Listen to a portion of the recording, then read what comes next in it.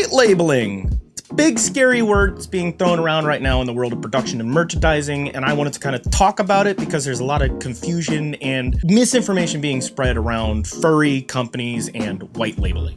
First of all, what is white labeling? White labeling essentially is when you get a product with no branding that you don't change, that you just change the label on. If you've ever seen shows like Mythbusters when they're doing stuff with like beer cans and they just show a white can with the word beer on it, that's essentially white labeling. All the company's doing is changing the outside of the label. So if we have an example like this, where there is no description on this box at all, there's no label, that is essentially white labeling, especially if this is just a generic product. White labeling's under fire in the furry community right now because it's considered cheap and an easy out for some people, but I don't think that's truly what's going on for a lot of the companies that sell your favorite fursuit parts or those little popsicle sticks that go into your fursuit head. Those are all essentially could be white labeled, but they're custom designed. And that brings us to our next topic of production. These guys are made by talking directly to a factory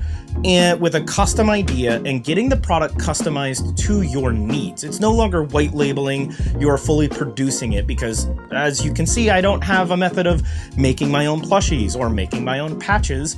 I need to commission a factory to be able to do so. And a lot of these furry companies need to do the same thing. Small companies do not have the capital to invest $20, $30, $40, or $50,000 into equipment. So we commission factories and we get stuff made.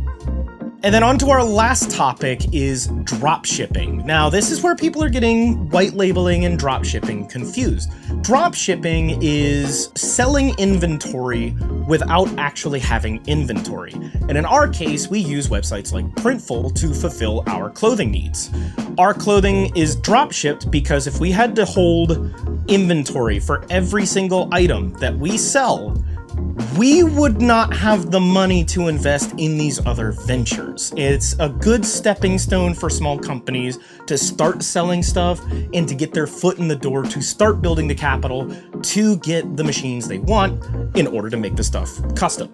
And that's exactly what our goal is. Now, I do agree that white labeling can be a little disingenuous from a company perspective if you are selling for an exorbitant markup, but at the same time, these items are usually made as a way to keep the company afloat so that they can focus on their higher end stuff and all their more custom stuff. So it's inherently not evil. It is necessary for some companies to stay afloat, but at the same time, if you're a company doing white label stuff and you don't change the label, you're kind of scamming your customers. And that's about it. That's all I wanted to talk about. If you guys have any questions, feel free to leave them down in the comments below. I'm happy to answer them for you, and we'll see where we go from there.